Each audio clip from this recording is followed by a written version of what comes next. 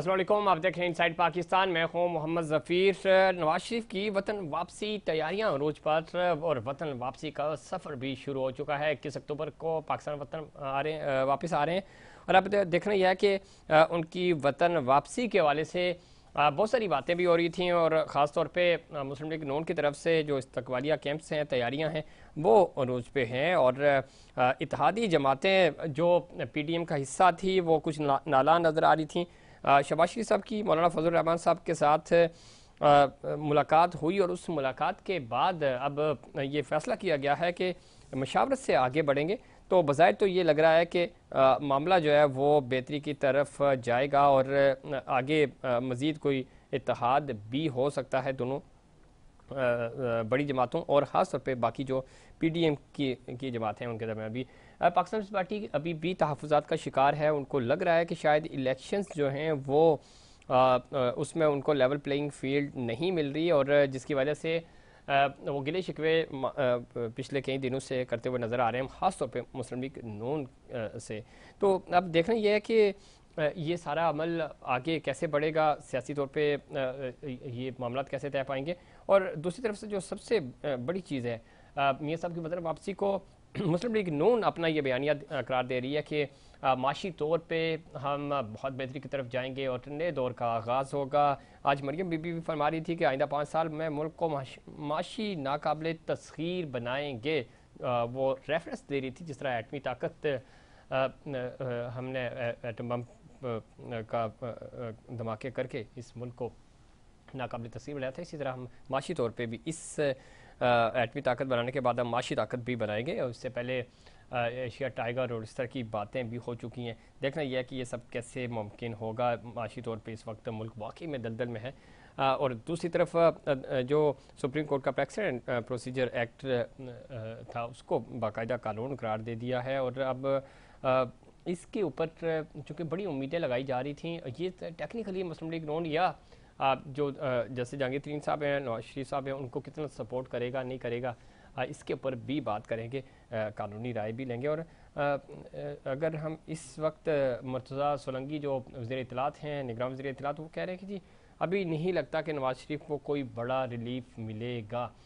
इससे पहले निगरान वज़ीर दाखिला का बयान भी आ चुका है। उन्होंने कहा था कि मीनार पाकिस्तानी कोट लखपत जेल जाना होगा मियाँ साहब को। इस पर बात करेंगे। हमें ज्वाइन किया है जनाब आसिफ बाजवा साहब ने, सीनियर सियासतदान, सीनियर रहनुमा है मुस्लिम लीग नून के। बाजवा साहब खुश आमदीद कहते हैं आपको शो में। बाजवा साहब सुन पा रहे हैं आप हमें? बाजवा साहब तक ऑडियो ग़ालिबन नहीं पहुंच पा रही। हम कोशिश करेंगे कि उनसे बात हो सके हमारी। बाजवा साहब सुन पा रहे हैं आप हमें? जी बिल्कुल, मुझे आपकी आवाज आ रही है जी। आपका बहुत शुक्रिया, आपने मुझे इनवाइट किया। बाजवा साहब किस तरह देखते हैं? एक तो मैं चाहूँगा सबसे पहले, चूंकि खुद आप वज़ारे कानून की प्रैक्टिस भी करते हैं, आज की इस सुप्रीम कोर्ट के फैसले को आप किस तरह देखते हैं? और इसको लिंक किया जा रहा था, अब थोड़ा सा ये ट्रेंड्स भी चल रहे हैं कि शायद इसका बराह रास्त फ़ायदा नवाज शरीफ साहब को और जहांगीर तरीन साहब को नहीं होगा। कानून के तालिब इल्म होने के नाते आप इस फैसले को किस तरह देखते हैं? बिस्मिल्लाहिर्रहमानिर्रहीम। बात यह है सर कि आज का जो फैसला है ये पाकिस्तान की तारीख का एक बहुत बड़ा फैसला है, क्योंकि इससे पहले जो चीफ जस्टिस साहब थे उनसे भी कई दफा गुजारिश की गई कि हमारे जो ये इश्यूज हैं आप इनके ऊपर आप फुल कोड है ना उसको वो तरतीब दे लें ताकि किसी को कोई प्रॉब्लम ना रहे। ठीक है। लेकिन वो समझते थे कि एक अकेला जो चीफ है सुप्रीम कोर्ट के वही चीफ जस्टिस है और अगर कभी उनको जरूरत पड़ती तो सिर्फ उनके दाएं बाएं उन्हीं के हर बेंच में वही दो साहिब होते थे, जिन्होंने आज भी उस जो तकसीम हुई थी उमर अता बंदियाल के दौर में, उन्होंने आज भी उस तकसीम को जारी रखने की एक कोशिश की है। लेकिन 5 और 10 के फैसले से वो फैसला जो है वो हुआ कि जो सुप्रीम कोर्ट में रेफरेंस आया था, जो उन्होंने दरखास्तें दायर की थी, वो उन्होंने खारिज फरमा दी। ठीक है। मैं ये समझता हूँ कि देखें, नंबर 1 तो ये है कि ये साबित हुआ कि आज भी पार्लिमान ही सुप्रीम है, नंबर 1। नंबर 2, दूसरी बात ये है कि जो बात आपने की कि जो एक क्वेश्चन था आपका कि सॉरी जहांगीर तरीन साहब और मियां नवाज शरीफ साहब को शायद इसका फायदा नहीं होने जा रहा। तो मैं भी एक स्टूडेंट ऑफ लॉ ये समझता हूं कि अभी तक चूंकि जो डिटेल्ड जजमेंट है जी जी। वो नहीं आई, इसलिए जब तक डिटेल्ड जजमेंट ना आ जाए तमाम पहलुओं को ठीक है। कवर नहीं किया जा। अभी तक उन्होंने सिर्फ सिंपली ये लिखा है जी जी। सॉरी, जब तक कंप्लीट जजमेंट नहीं आएगी उससे पहले ये कह देना कि इसका फायदा जहांगीर तरीन साहब को और मियां नवाज शरीफ साहब को नहीं होगा, मैं समझता हूं ये कानून के तकाजों के मुताबिक नहीं है। अभी एक दो तीन चार रोज में मेरा ख्याल है आज ठीक है, चले वो तो अब बेहतर होगा। दूसरा मियां साहब की वतन वापसी को लेकर चूंकि इस वक्त ज़्यादा बातें हो रही हैं, वो पिछली दफ़ा भी आए थे करीब ज़रा दुबई पहुंचने के बाद वापस चले गए थे, तो इस दफ़ा वाकई शेड्यूल है, तैयारियां जिस तरह माहौल बन रहा है, चूँकि इसके ऊपर भी आपकी जो मुखालिफ जमातें हैं वो ये कह रही हैं कि अभी कुछ कह नहीं सकते, 21 अक्टूबर तो बहुत दूर है, तो उससे पहले यहाँ तो चंद घंटों का कुछ नहीं कह सकते, चीज़ें बदल जाती हैं, तो कोई प्लान चेंज तो नहीं हो रहा ना? देखिए, इससे पहले जब वो दुबई आए थे तो कहीं पे भी ये बात नहीं थी कि मियां नवाज शरीफ साहब पाकिस्तान वापस तशरीफ ला रहे हैं, नंबर वन। और अब तो ये प्लान है कि वो तशरीफ ला रहे हैं, और इस तो वापस तशरीफ लाने की वजह से ही उन्होंने वहां पे जो आपकी बरादरी के साफी दोस्त थे उन सब जी से भी मुलाकातें की, और अपने स्टाफ से और सब लोगों से उन्होंने अलविदाई मुलाकातें की। आज लोगों ने उनको सियाफ भी किया। अभी वो सऊदी अरब जा रहे हैं उम्रा के लिए, और उसके बाद वो दुबई आएंगे, और दुबई से 21 को इंशाल्लाह वो वापस आएंगे। मैं ये समझता हूं कि ये बड़े प्रोपेगेंडे करते रहे। हमारे मुखालफिन कभी कहते थे कि नून में से शीन निकलेगी, फिर कहते थे शीन में से मीम निकलेगी, कभी कहा फलां छोड़ गया, कभी कहा फलां आ रहा है, किसी को कहा कि फलां जा रहा है। तो आज मैं तो समझता हूं कि 99% लोगों को ये यकीन हो जाना चाहिए कि मियां नवाज शरीफ साहब पाकिस्तान तशरीफ ला रहे हैं। 1% की गुंजाइश इसलिए होती है कि कहीं अल्लाह ताला नाराज हो जाए कि आपने 100% अपने हाथ में ले लिया, और कभी ऐसा भी होता है कि 1% जो है वो अल्लाह ताला के कुछ और फैसले होते हैं। बहरहाल ये मैं सिर्फ एक कह रहा हूँ कि खुदा से डरते हुए मैं ये बात कर रहा हूँ। अदरवाइज मियां साहब इंशाअल्लाह अल्लाह ताला के फजलो करम से 21 अक्टूबर की शाम को पाकिस्तान में ठीक है सर। तशरीफ आपकी जो लाएंगे। इत्तेहादी जमातें थी हुकूमत में, पाकिस्तान पीपल्स पार्टी ज़ाहिर इत्तेहाद से बाहर थी, पीडीएम से बाहर थी, वैसे तो हुकूमत में आपके साथ थी। मौलाना साहब भी नाराज़ नज़र आ रहे थे। आज मुलाकात के बाद शहबाज शरीफ साहब से मुलाकात हुई तो उन्होंने कहा जी कि अब मिलजुल कर मशावरत से आगे बढ़ेंगे, इत्तफाक हो गया इस बात पे। तो कोई सियासी इत्तेहाद भी बनेगा या सिर्फ मशावरत की हद तक ही है? चूँकि पाकिस्तान पीपल्स पार्टी तो अभी भी आपसे नाला है, नाराज़ है, बल्कि खुलकर तनकीद भी हो रही है, वो उनकी लीडरशिप आप पे तनकीद कर रही है। जफीर साहब, बात यह है कि आप की बड़ी गहरी नजर होती है मामलात पे, क्योंकि आप प्रोफेशनल लोग हैं। हर वक्त आप इसी अपने ज़राए इस्तेमाल करते हैं, तो उससे इस्तेमाल करते हैं और खबर लेते हैं और खबर देते हैं। तो मैं आपको अर्ज कर दूं कि सियासत में कोई चीज हतमी नहीं होती जी सियासत में आज के जो इत्तेहादी हैं वो कल के मुखालिफ, और कल के मुखालिफ जो है आज के इत्तेहादी हो सकते हैं, ऐसा होता है। लेकिन मैं एक बात अर्ज कर दूं कि पाकिस्तान मुस्लिम लीग नून का वोटर और पाकिस्तान पीपल्स पार्टी का वोटर, हम एक दूसरे के साथ हम ये समझते हैं कि हमारी सोच और हमारी लीडरशिप की सोच, उनके लोगों की सोच और उनकी लीडरशिप की जो सोच है, उसको पाकिस्तान के जो पीएमएलएन के दोस्त हैं, जो वोटर हैं, सपोर्टर हैं, ना वो पसंद करते हैं और ना ही पाकिस्तान पीपल्स पार्टी के वोटर सपोर्टर आपस में अंडरस्टैंडिंग को पसंद करते हैं। तो मेरे नजदीक बीइंग स्टूडेंट ऑफ पॉलिटिक्स, मैं ये समझता हूं कि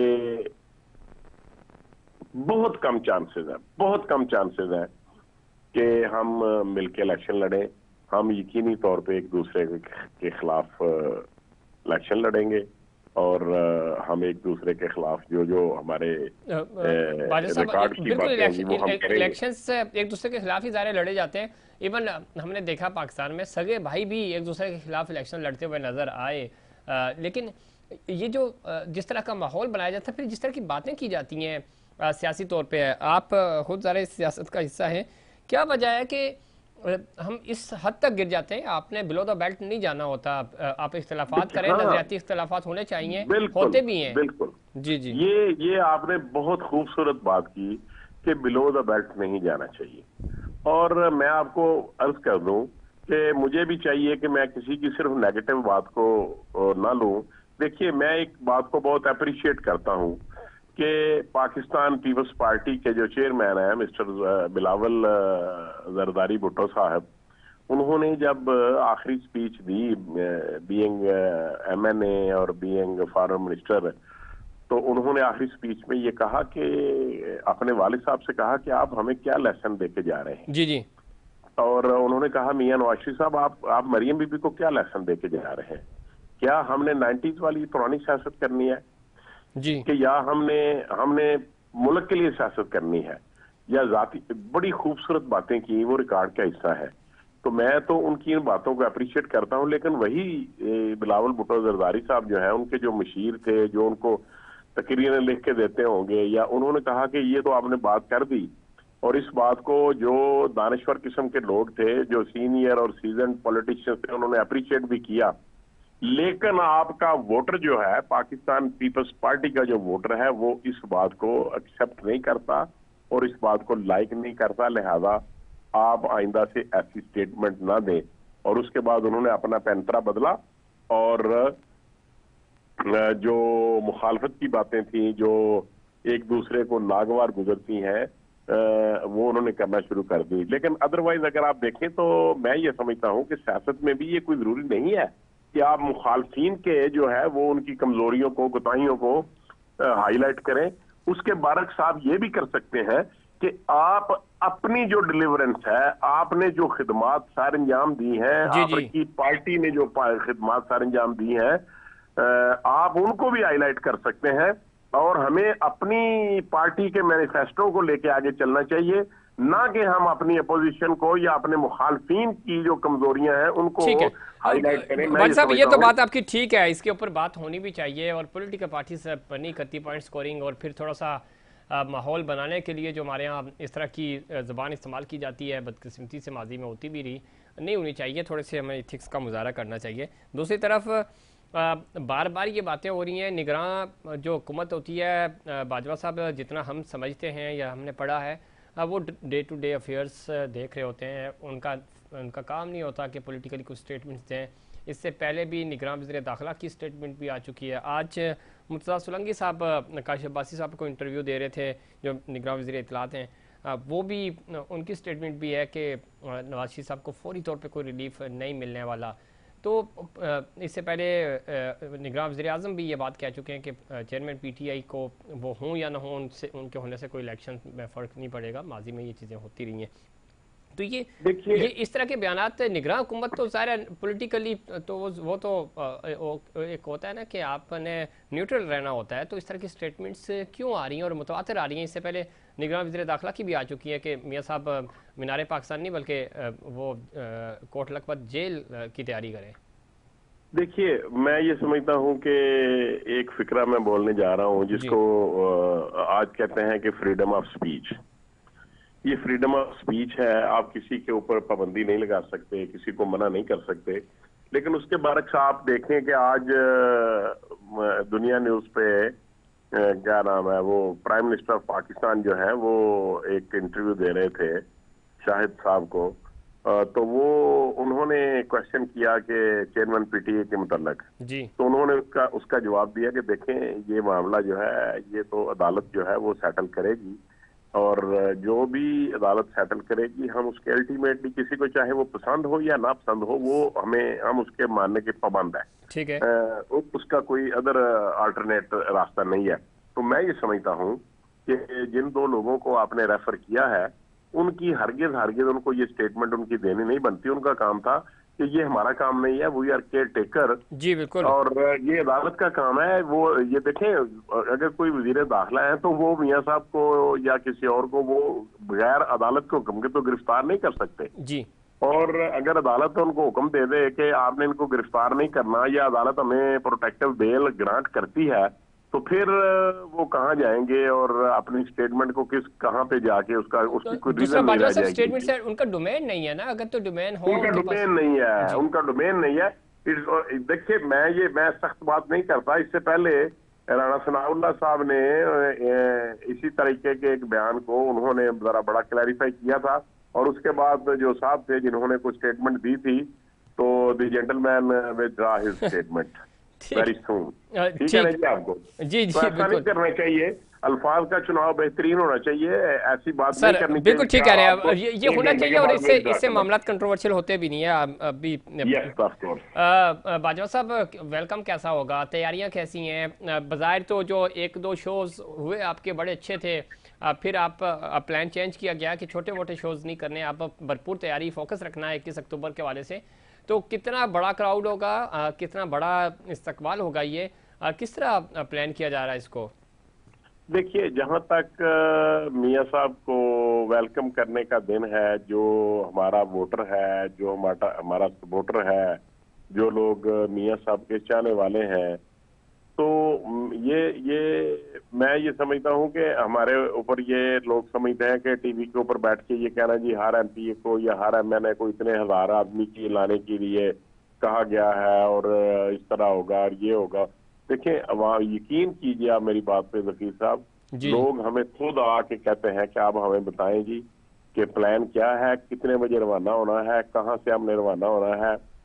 तो हर कॉन्स्टिट्यूएंसी के लोग जो है वो अपने मुतलका जो एमएनए एमपीएस हैं या चेयरमैन हैं या काउंसलर हैं, उनके साथ राब्ते में हैं, और लोग खुद वहां पे जाना चाह रहे हैं।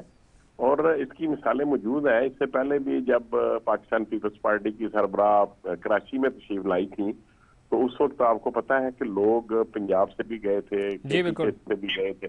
तो इसी तरीके से मैं ये समझता हूँ कि मियां नवाज शरीफ साहब जो हैं, जब वो आएंगे तो एक बहुत बड़ा क्राउड होगा। और जो हमारे खिलाफ बातें करते हैं कि ये इनके पास स्ट्रीट पावर नहीं है, या इनका वोटर जो है वो सोया रहता है, सिर्फ वोट देने जाता है, स्ट्रीट पावर नहीं है, तो हम साबित करेंगे कि इंशाल्लाह 21 अक्टूबर को हमारा जो वोटर है, मियां नवाज शरीफ का जो सपोर्टर है, जो मियां नवाज शरीफ साहब के चाहने वाले हैं, वो जोश और खरोश से और जाती अपनी एफर्ट है, और उनका दिल कहता है कि हमें मियां नवाज शरीफ साहब को वेलकम करने के लिए मीनार पाकिस्तान जाना है। ठीक है, उनका और दिल एक चाहता है बहुत कि वो बड़ा मियाँ साहब को वेलकम करें, और वो मीनार पाकिस्तान पे भरपूर तरीके से शिरकत करेंगे। बहुत शुक्रिया जनाब आसिफ बाजवा साहब, आपने प्रोग्राम में वक्त दिया, और इस पर मज़ीद बात भी करेंगे कि एक तो ये सुप्रीम कोर्ट का जो तारीखी फैसला उसके ऊपर भी, और साथ ही साथ मियाँ साहब की वतन वापसी और इलेक्शंस होंगे नहीं होंगे इसके ऊपर क्यों शकूक व शुबहात हैं, बात करेंगे। लेकिन उससे पहले कमर्शियल ब्रेक।